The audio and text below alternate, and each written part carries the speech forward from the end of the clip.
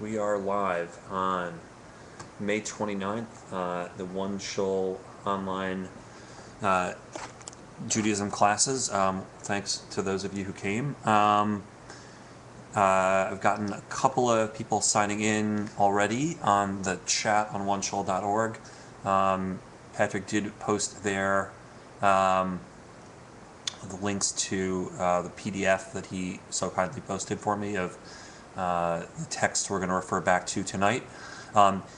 If you haven't already and you're willing to, just give me a quick heads up on the oneshul.org chat as to where you're calling from, whether there's anything in particular that drew you here tonight, and also if there's anybody in particular that you're would want to dedicate your learning to tonight, any particular person you have in mind as a as a focus of your energy in coming into this learning. Thank you, Patrick, for reposting the link there. And Yankel, I see that you and I will be meeting each other in a couple of weeks in Los Angeles. That's cool. Tomorrow, welcome. Let me tell you a little bit about, so in terms of dedications for tonight, I after posting the information about this class, after Patrick put it up last week, I got a Facebook message from a woman named Marcy Epstein who said she was looking forward to joining the class, but at the time she was actually sitting with her mother who was in hospice and dying. I wasn't sure she was going to make it. Then I got a message, but had some questions about things she might do, how to handle it. So we exchanged messages back and forth, and I got a note back from her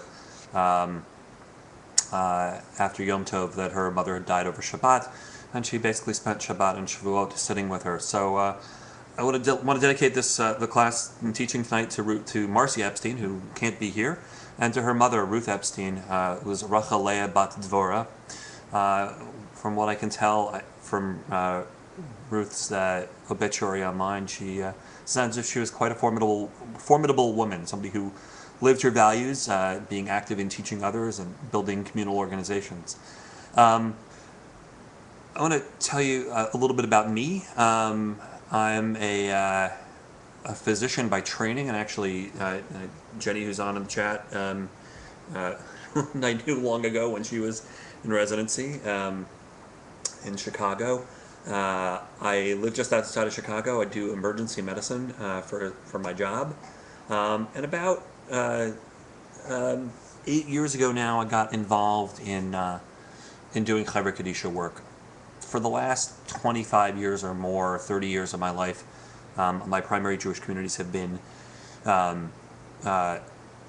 small, peer-led communities, Chavarot, college, Hillel minions. And the Chavara that I've been part of since moving to Chicago in '95 with my wife is a 40-household, independent, non-denominational, egalitarian Chavara.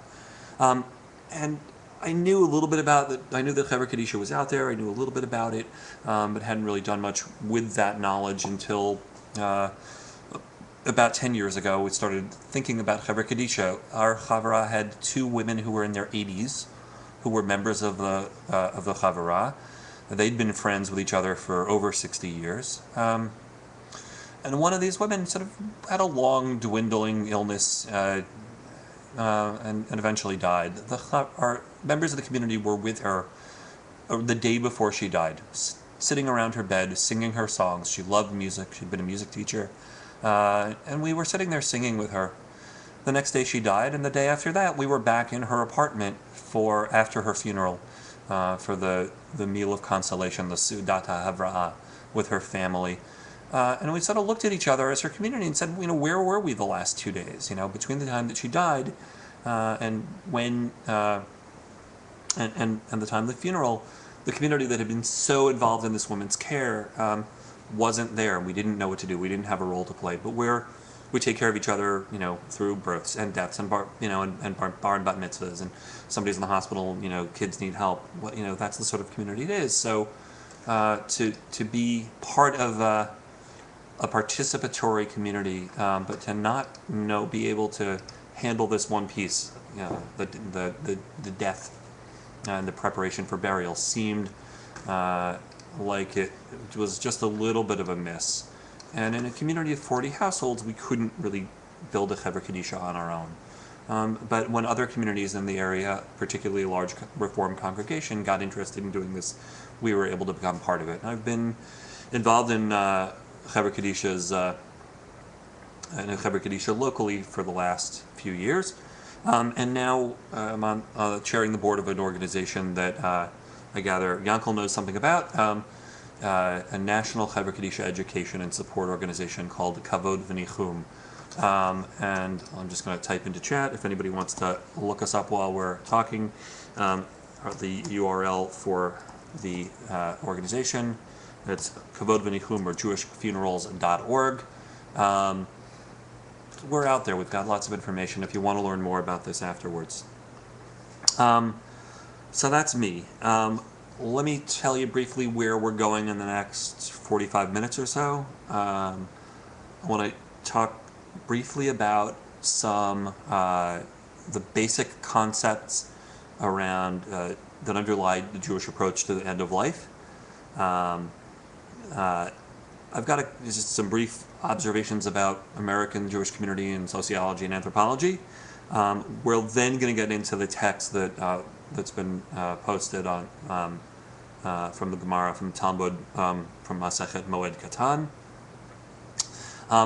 If you have questions at any point, I do have the chat window open and visible, so fire something off, and if I can answer the question without breaking stride, I will, and otherwise I'll definitely have time.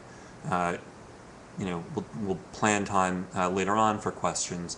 And the other thing is, as we're thinking about this, one of the overarching themes for tonight was I know very little about how an online community such as One Shul or punktorah works, but I've been part of other sorts of lay-led, peer-led, do-it-yourself communities. So if there are observations you have or things that you want to share about how this works, doesn't work, how Jewish ritual can be adapted in this setting in the modern age, let me know, speak up, and just and again post it online.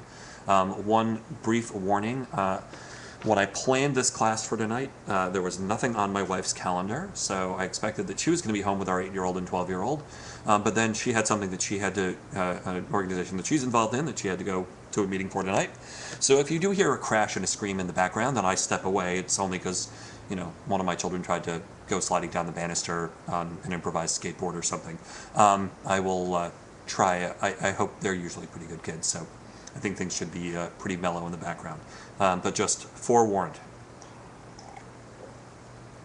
Let's start tonight. I want to start with a bracha for studying Torah. It's Asher Kichanu b'mitzotav v'tzivanu la'asok b'divrei Torah. Say it to yourself. Answer Amen. To yourself online. But Baruch atah Eloheinu ruach haolam asher kichanu b'mitzotav v'tzivanu la'asok b'divrei Torah. Blessed are you, God's Spirit, Master of time and space, Spirit of the universe, who has made us holy with mitzvot and commanded us to get soaked in immersing ourselves in the words of Torah. Okay. And now into the meat of this. So there are a couple of basic concepts that really just want to lay out. If you know them, great. If not, things that underlie our approach to the end of life. Two big concepts: kavod hamet, respect for the dead, and nichum avelim, comforting mourners. Right? Kavod hamet. So honoring, respect for the dead. What does that mean? Because each of us is really thought to have a spark of divinity, whether you believe in a soul or not, or just think that the human body is this amazing thing that happened evolutionarily, but there's something magical and really special about being human. However you want to think about it, the human body has some inherent value. If you do hold the belief that there is a divine soul or a spark of divinity in you,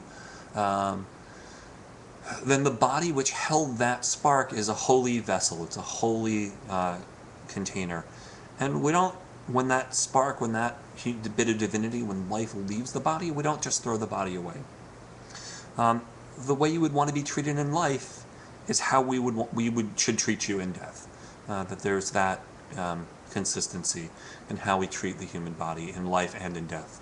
The second concept, nichum avelim, comforting mourners, comforting friends and family. We provide for people's practical needs between death and burial.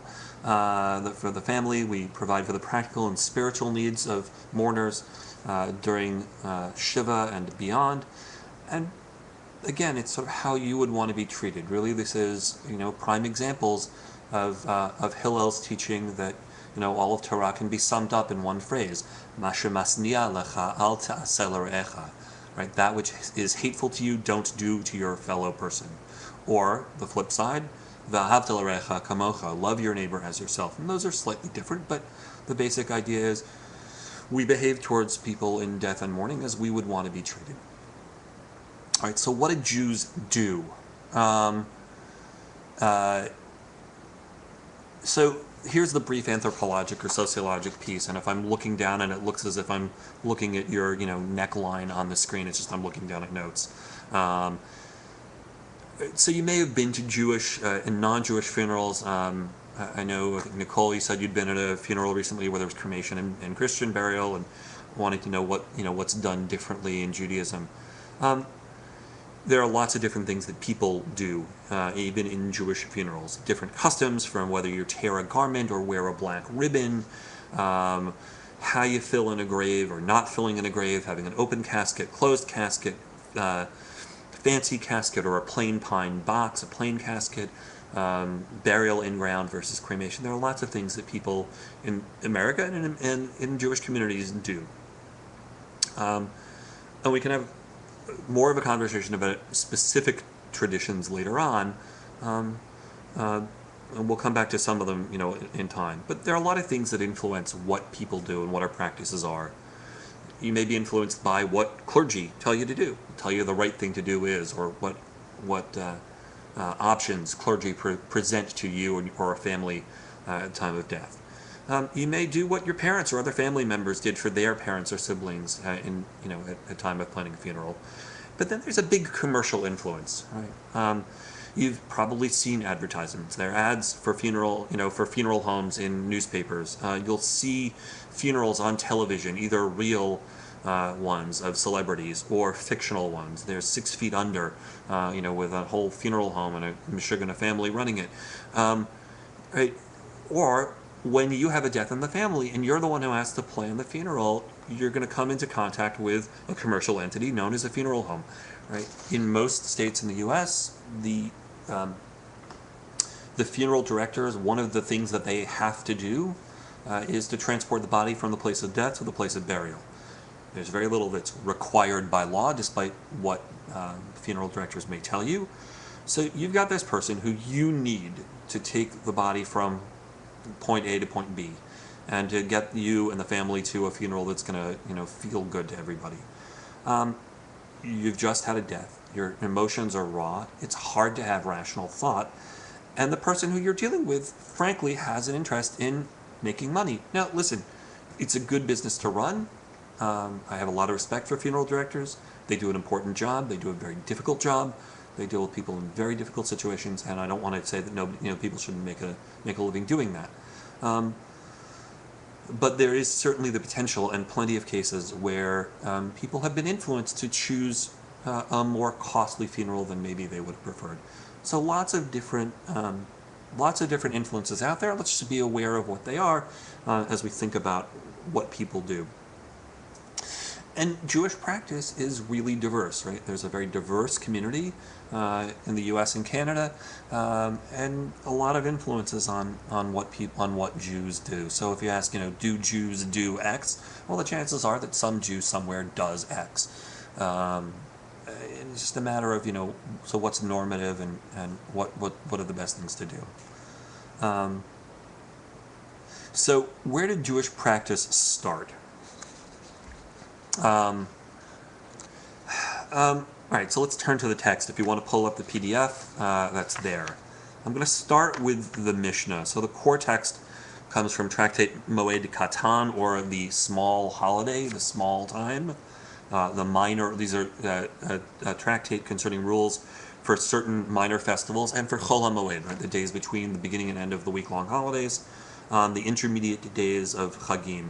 And let me just stop here. I will try to translate any Hebrew that I use, or Hebrew or Yiddish or whatever, but if I say something that's incomprehensible, flash up a text and let me know, and I'll gladly go back and explain. So Moed Katan.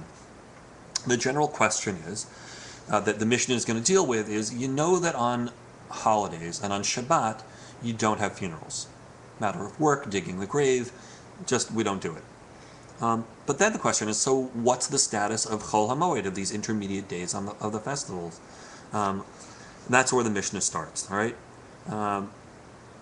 So let's start with the Mishnah. There's the Hebrew. I want to just, for the sake of simplicity, I'm reading the translation based on a Sansino translation from 80, 90 years ago that's now in the public domain. Provisions should not be carried to the house of mourning on an ornamental tray, a salver, or fancy fruit basket, but in plain baskets. The mourner's blessing, and I think there's a special blessing that's part of Birkat HaMazon, is not said during Chol HaMoed. Those coming to comfort the mourner at a funeral may form rows and offer words of consolation. So if you've been to a traditional Jewish funeral, you know that when the mourners are walking away from the grave, the people who are there to support them and console them will form a line, a corridor, lines on either side of the mourners, and will say, Hamakom yenachem etchem betoch sha'ar avelei Tzion b'Yerushalayim. May the presence of God, may God comfort you among the mourners of Zion and Jerusalem, right? So you still do that on Chol HaMoed, and you don't. There are a couple of other limitations then on the funeral. You don't keep the mourners hanging around for a long time. They don't stop the funeral procession to apparently in old time, in the times of the Talmud, in the Mishnah, the funeral procession would stop at various points, and there would be speeches in the public space announcing whose funeral it was, so that people would know what was going on. All right. So this is Mishnah. This is a very terse legal document, legal outline, and it's helpful to then know something about the cultural context of the time it was written to understand what this means. All right, so then there's the Gemara, makes things a little bit clearer and lays out a situation that the rabbis felt they had to deal with. So here, in the Hebrew, or I'm going to read the Hebrew and sort of translate along. So if you're in the lower page, it's below the top section is the Mishnah, and then where it says Daf Kaf Zayin Aleph Gemara, that's the Gemara coming in. Tanu Rabbanan, our rabbis taught, Barishona hayu molichin bebeit ha'avel ashirim bekaltot shel kesef v'shel zahav v'aniyin bislei netzarim shel arava klufa. Right. So first, in the old times, Barishona, at the beginning, they would bring to the house of the mourner food. And to the ashirim, to rich people, they would be brought food on platters appropriate to their stature, on platters of gold and silver. Or silver and gold in this case. And poor people, they would be brought their meals of consolation in plain baskets of woven bark, woven willow bark. All right? V'hayu aniyim mitbayishim, and poor people were afraid that they were were ashamed that they weren't getting the same treatment as rich people. Hitzkinu, and this is a key word. So the rabbis corrected the practice. Shihu chol mevi'in b'salei netzarim shel arava klufa mifnei kvodan shel aniyim. Right. So the rabbis changed the practice. They fixed things so that everybody would be brought their meals on simple wicker and simple woven baskets, out of respect, kavod, out of honor for the poor. And the Gemara is going to go on and bring other examples now. Tanu Rabbanan, our rabbis taught, Barishona, hayu mashkin beveit avel ashirim b'zchuchit levana v'aniyin b'zchuchit tzvua v'hayu aniyin mitbayashim. Right, so you would be brought your drinks in the rich house in clear, fine glass. And in the poor house, in the house of a poor person, the glass wouldn't be so nice, and the poor were ashamed. Right?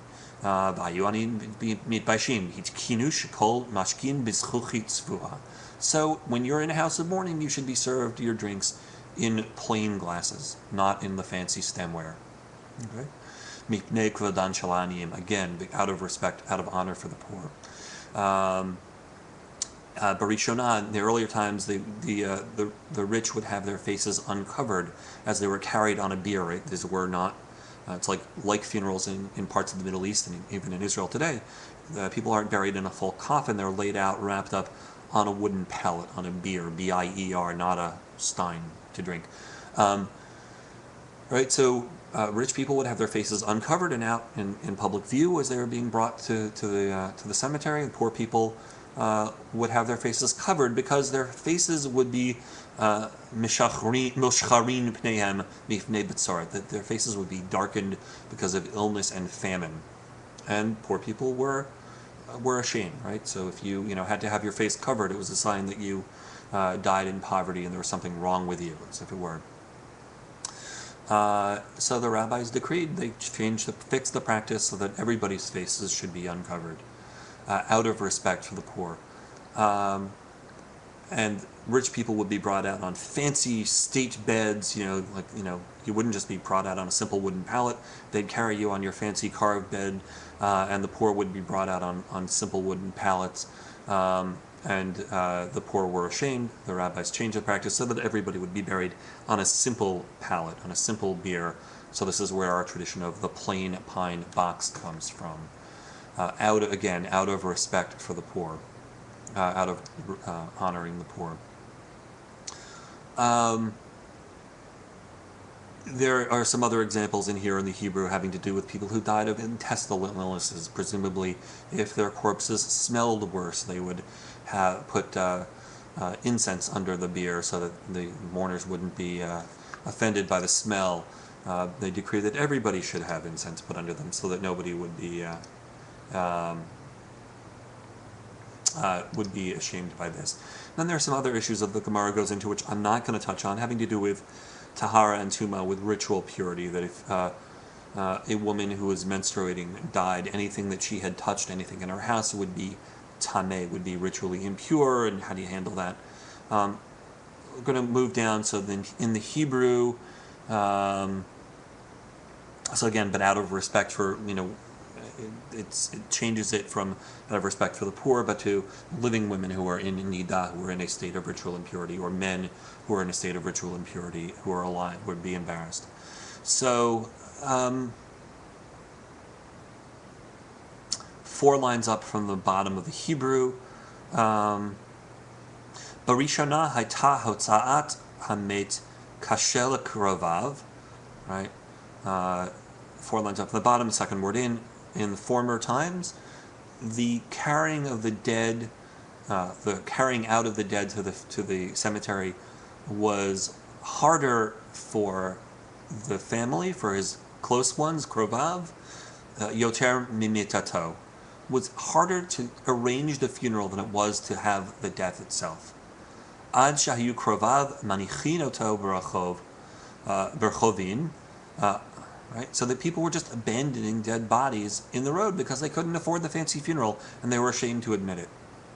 Ad Sheba Rabban Gamliel, so now the head of the Sanhedrin, first century of the Common Era, Rabban Gamliel, the elder, he came and he lessened his own importance, his own self-importance, and said, you know what, v'nahag kalut rosh, I'm going to lessen my high head, my lightheadedness, be'atzmo v'yatsa b'chli pishtan, right, so that he would be buried in simple linen garments as opposed to fancy woolen garments.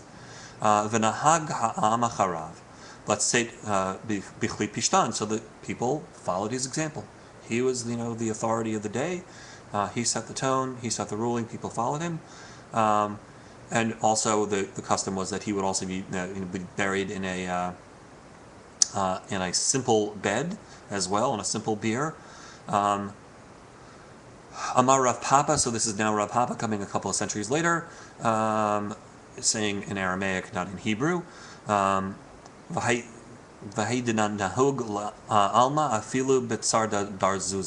Saying that now the custom is to have a funeral that only costs 2 zuzim, or a zuz, which is a small amount of money. Right? So the religious leader of his day decides that he is going to buck the trend, that it shouldn't be harder for people to to experience the funeral than it should be to experience the death, and that even the most important sage of his generation, the person who was after the destruction of the temple, the de facto political leader in Israel, should be buried in simple garments on a simple funeral bier, and with his face covered. So that's the basic text. I'm going to stop here and see if there are any questions or reactions or comments on the text. So let me wait for a second. Type away if you have anything to comment on or say.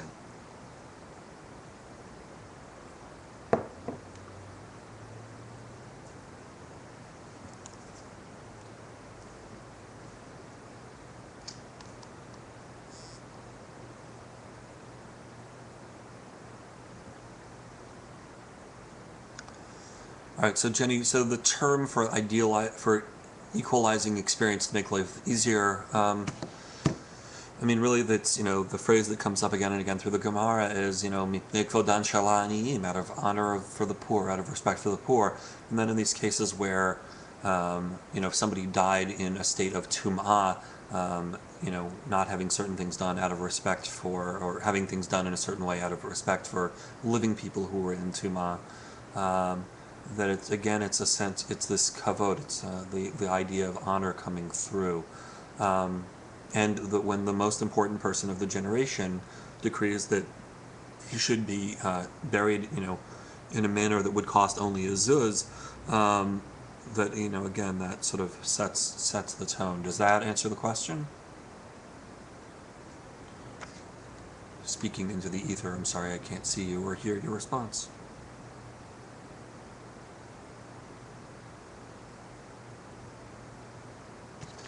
Okay, any other questions?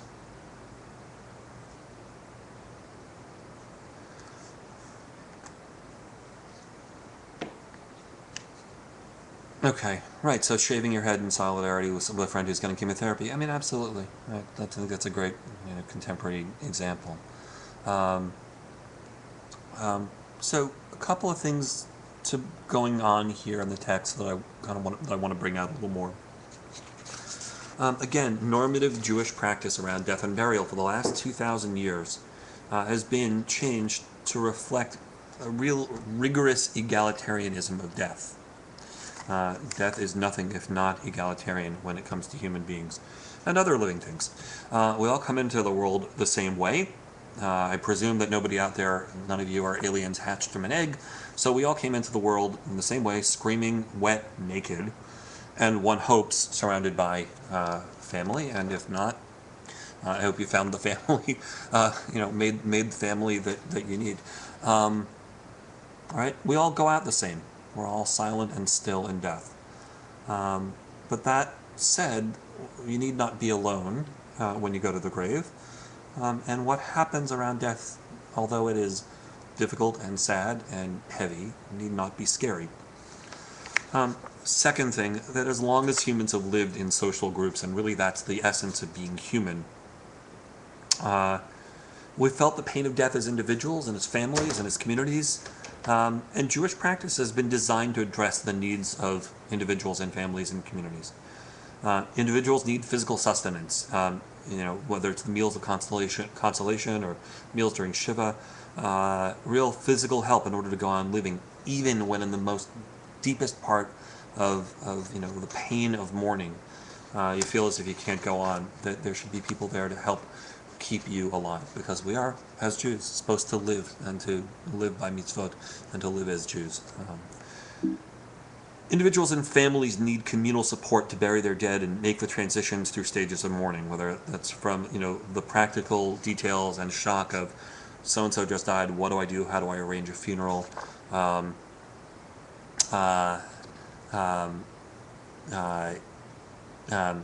that people need support at that time, as well as through Shiva in the first weeks of mourning and the first months and the first year, on through the adjustments of living year in and year out without the presence of the person who died. And the mission of the Gemara really addressed this, talking about what people do at the cemetery, forming lines and offering words of consolation, condolence, providing for meals, I'm going to stop for a second. Yankel had a question. So despite this passage, it's only been returned to this philosophy within the last 100 years. I think that up to the last half century even, at least in the US and Canada, what Jews did really did conform to something closer to the ideal. Although if you know more of the history than I do, please bring it in. But I think that much of stepping away from the simplicity of tradition has been mostly a phenomenon of the last 50 to 100 years. And if I'm misunderstanding you, let me know. So last point to bear in mind, I think one of the things I hope will come out in some discussion later on is about what happens within a community. Right? Communities are disrupted when somebody dies, and having something to do which is productive and spiritually meaningful helps the community reform itself without that person there. But that's something that communities have to do. Knowing what you need, knowing that you need to have a cemetery, that you have a way to handle the dead body, coming together to offer consolation to the mourner and consolation to each other. These are all important things. If you've ever been to the funeral of a family or of a friend or a community member where you're not a primary mourner, not part of the family, you'll see the family. I hope you see the family coming together,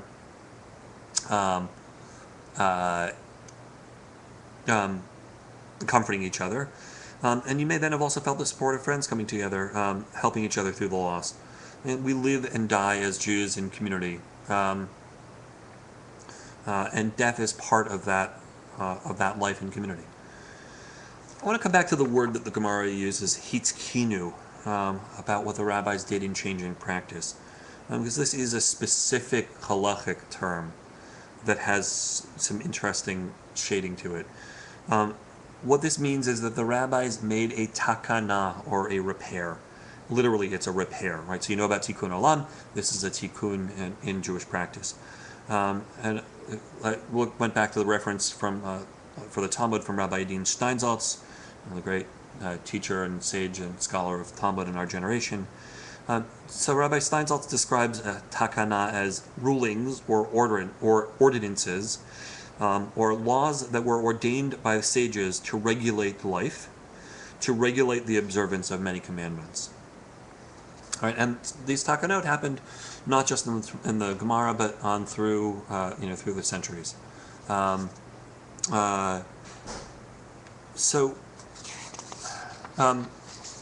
the rabbis may have at some point said that they had a particular oral tradition, a particular midrash to explain a takana, for the most part, takanot are clearly cases where the rabbis felt they had to make a change to address a specific inequity or imbalance or omission in the law. If you'll pardon the expression, it's the rabbis coming together and saying, you know what, guys, something here is pretty effed up. We got to do something differently, and that's the takana.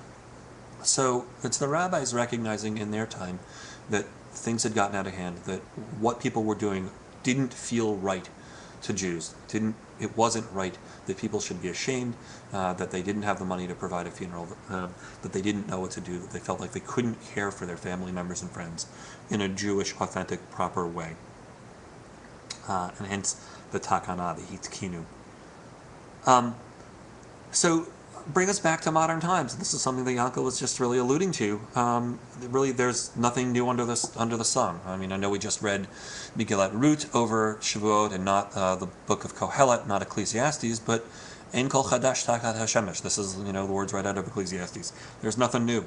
As the Gemara states, formerly the process of burying the dead was harder for the family than the death itself, to the point that the family would abandon the body and flee. Now, I don't know of too many, that many cases of families abandoning their bodies of their loved ones, but in every Jewish community in the Western world, probably there is some sort of burial society that will take care of indigent poor Jews who die, either where the family can't afford a funeral, or where there's no family to take care of them. So what does a funeral cost? In the U.S., it can be up to $10,000. And that's a lot of money. A funeral doesn't have to cost that much. It can be much simpler. Again, but if you know what to choose, and have a funeral home that's willing to work on a simpler plan, it's possible to attain the standard of simple dignity that Rabban Gamliel set centuries ago. So that's what I've got. I mean, that's the basis of this text, which forms the foundation for what we do. So I'm happy to, at this point, either take questions about or talk, more about Jewish funeral practices and how this plays out in the modern world. And then the second thing is really to talk a little, or to ask about, and I'd like to hear back from you, thoughts about how Jews in non-traditional communities should organize around and approach death and dying. What's different in some of our communities today where there isn't the synagogue with with an administrative structure, or where people are organizing in communities online and not in geographically distant places? How does that change things? How does that different? So those are the questions I have, and really, if there are other issues that have come up, other things, please bring it into the discussion. So I'm going to sit back and see what you have at this point.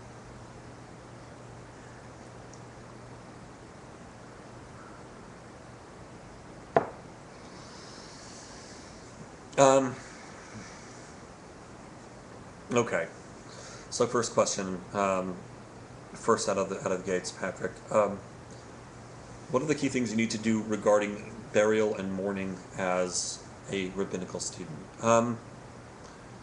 So yeah, a few years ago, living in a chavurah where every once in a while somebody wants to have a ritual, but there isn't a rabbi around to run the show, as it were. I went out and bought the conservative movement's madrich, the set of manuals for rabbis that explain, what the basic customs are, sample texts to use, readings to use in given situations. And the manuals don't tell you a whole lot. So there, if you're talking about sort of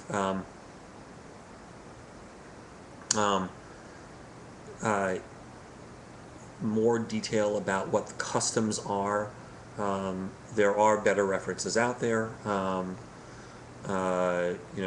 It's Maurice Lamb, The Jewish Way in Death and Mourning, that sort of explain, and other resources that explain more about how Jews, what Jews do. And sometimes it's also talking to other professionals and seeing what they do. It's one area where a little bit of I think a little bit of empathy goes a long way, but then having but there should be you should have some practical guidance about where to go. And sometimes it's also just sort of seeing the funeral and talking with funeral directors. What's the process of things? What's the order? Where do you need to be when?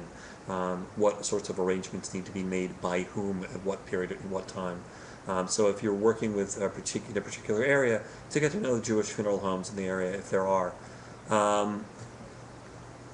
Okay, so thumbs up for Maurice Lamb, and in addition, Jenny, so feel free to interrupt.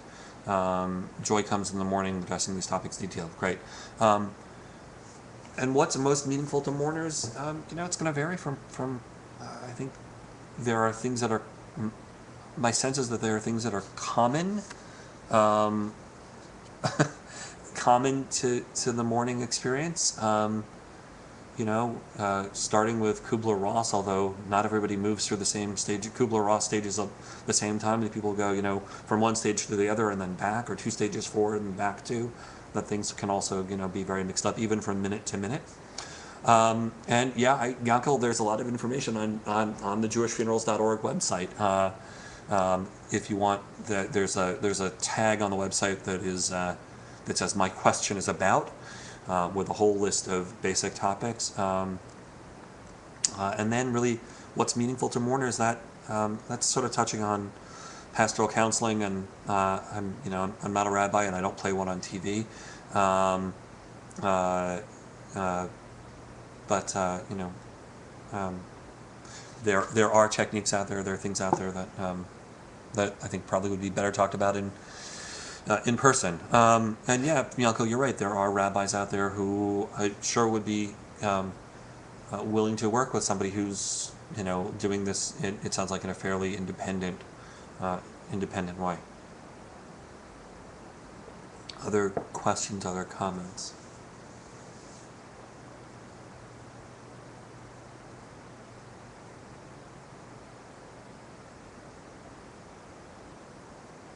Okay, so Nicole, we can certainly talk about cremation.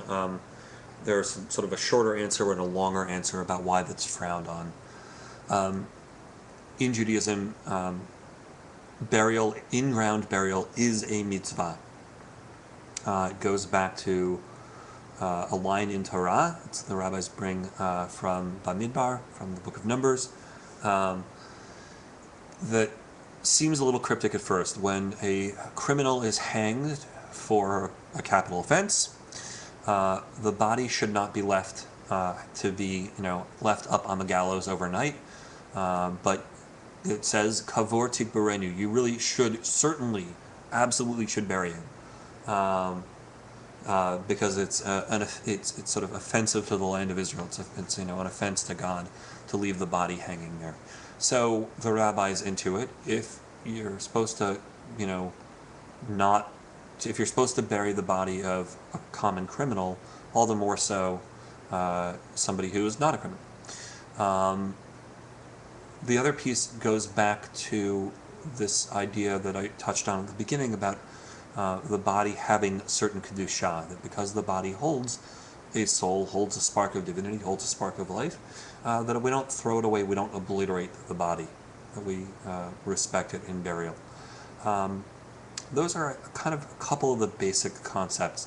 I want to point you to, let me just type in the name here. If you look for, there's an article was published recently in the Jewish Daily Forward, or on the Forward Online, by Rabbi Regina Sandler Phillips. She's done more articulate and more scholarly work, both out of her work as a rabbi and as in working in hospice settings with people over the years, and sort of a very good articulation of all the issues, including that cremation is a waste of resources, right? We don't bury the body with jewelry on it or with in a fancy coffin. Why would you waste money on going back to the earth? So to spend the money on the fuel it takes to burn the body, to incinerate a body, is a waste of resources. So what is a green burial? Really, in-ground burial is the original green burial. There was a study done in England that estimated that the amount of energy it takes to cremate a body is 1 month of fossil fuel, from the person's life. So after you die, if you're going to be cremated, you're going to spend 1 month's worth of your carbon allotment after you're already dead to stoke the crematorium. So I hope that touches on some of the issues. Now, listen, does that mean that there aren't Jews who opt for cremation? Yes, there certainly are. And oddly enough, there are particularly survivors of the Shoah, survivors of the Holocaust, who feel like, what, if my relatives, if it was okay for them to die, or if it was good enough for them to be cremated, then that's good for me. I want to go out the way they went out. It's difficult, but that is out there.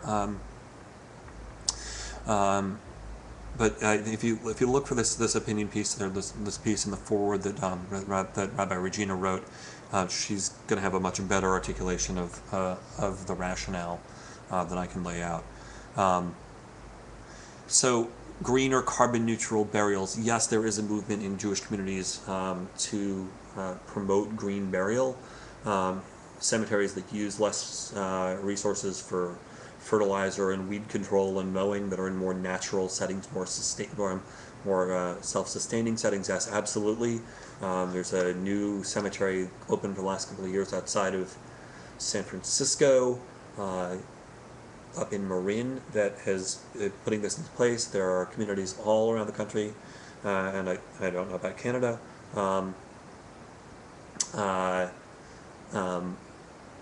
that are looking at ways to reduce the energy inputs needed to keep up a cemetery.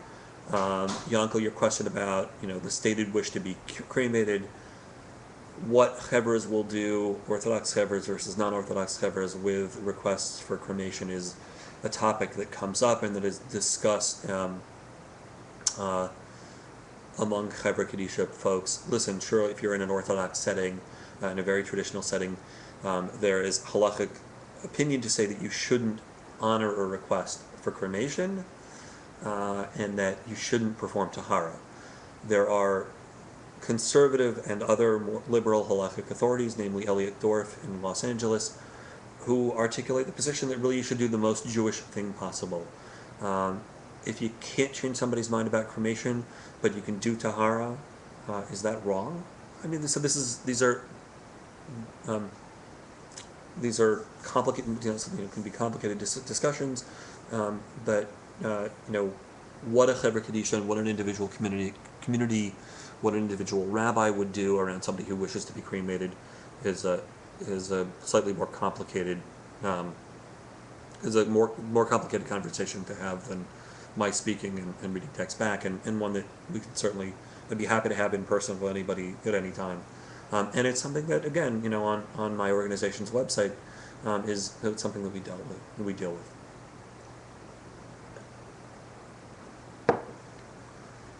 And Yanko, I'll see you in a couple, in 10 days, and we'll talk about this in person, I'm sure. Other questions?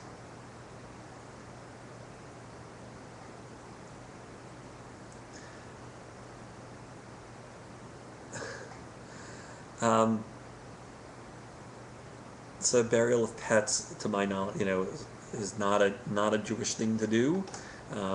Does that mean that there aren't cemeteries out there, Jewish cemeteries, that would have a section? Possibly. Are there Jews who do it? Absolutely, but it's not part of normative Judaism. The bigger issue is in at least in this country and in Canada, are people who have non-Jewish spouses, where the Jewish spouse may not have converted, but may have lived very involved in the life of the Jewish community. But we traditionally don't bury non-Jews in Jewish cemeteries. And again, there are ways of addressing that, and many cemeteries are trying to find ways to have a Jewish section that's quote-unquote kosher, but also to be able to accommodate many people in the community who want a Jewish burial, but also want to be buried next to their non-Jewish spouse, or the non-Jewish spouse who didn't convert but has lived in the Jewish community and wants to be part there in the Jewish community in death. So that's another sort of controversial halachic issue that's out there. Burials in Israel above ground. Good question, and I don't know enough about practice in Israel to comment, but I know that very often burial markers, the markers are raised up above ground level, and I don't know whether that's just the characteristic of ground in Israel or different halachic rulings. I'm going to get back to this question of, what do we do in non-traditional communities? How does an online community work? What do you do?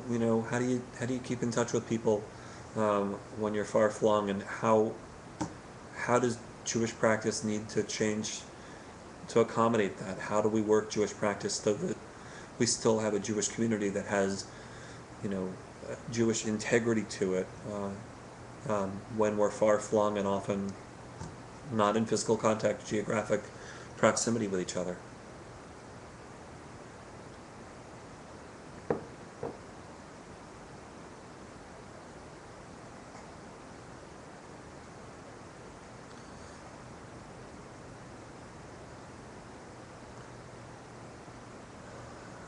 So Patrick, it sounds like you're using the social media and the online connections to then launch individual person to person local connections. Am I reading that correctly?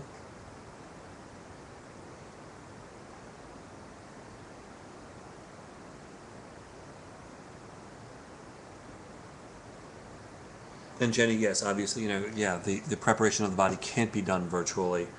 Um,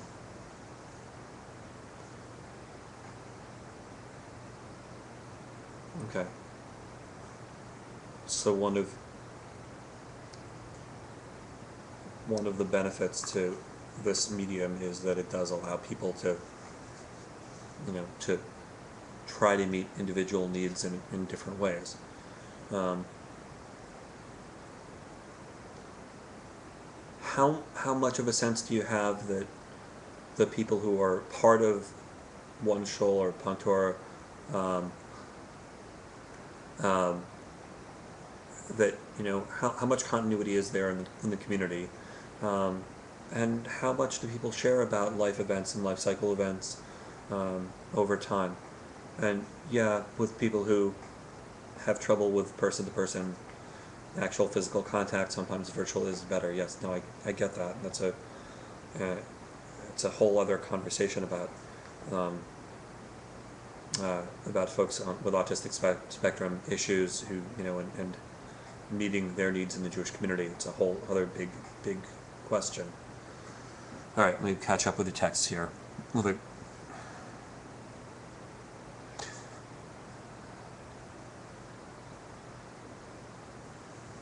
So prayer list and yard site wall that are very active.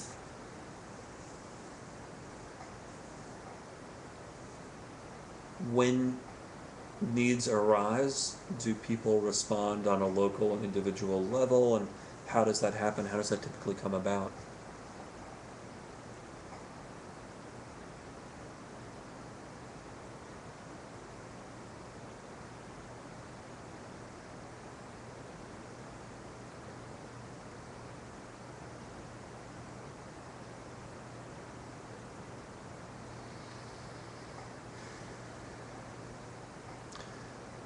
Okay, so people will email in and send them back to someone local for their needs, really case by case. So that's seems like one, it seems fair to say that one of the characteristics of this sort of community is that being outside the walls of a building means that you can have that flexibility to work things case by case rather than having sort of a more one size fits all denominational synagogue model. Is that fair?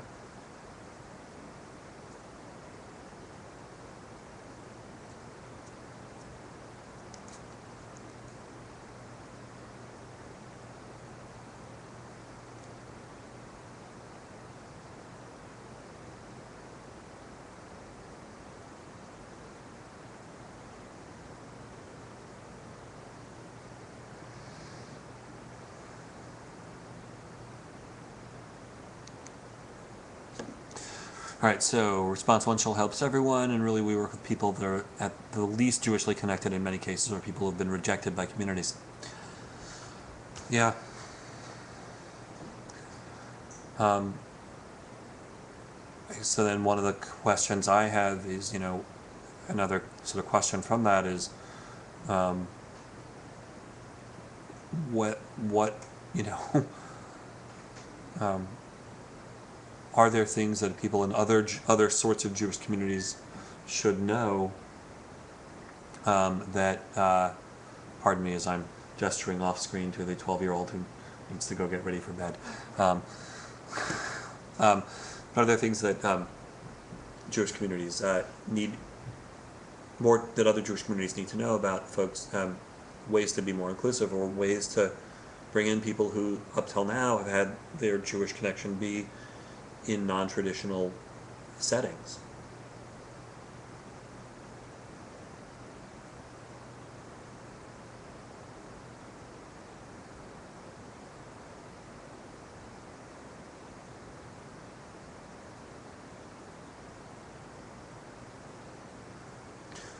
Or is that a whole other longer conversation?